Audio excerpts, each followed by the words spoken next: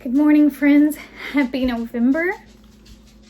Yesterday we had a lovely last day of October, Halloween, and the weather was beautiful. It was perfect. It was high 60s. The sun was shining. We took Beckett to a few of our family's houses to trick or treat. And then we just came home and relaxed by the bonfire. And Dr. Barry had to go get some farm equipment.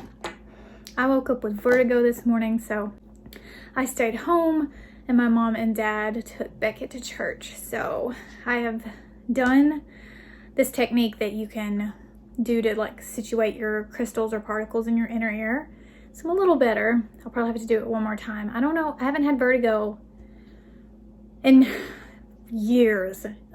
So I don't know what triggered this, but it's pretty annoying and inconvenient. But now that I've done that technique, I thought I would take you guys for a nice peaceful walk around my parents' property and just kind of hang out with you guys, give you a chill scenery, some nice background music, and we're just gonna relax for a few minutes here on my channel, and hopefully this will help set your mood for the day and for the month.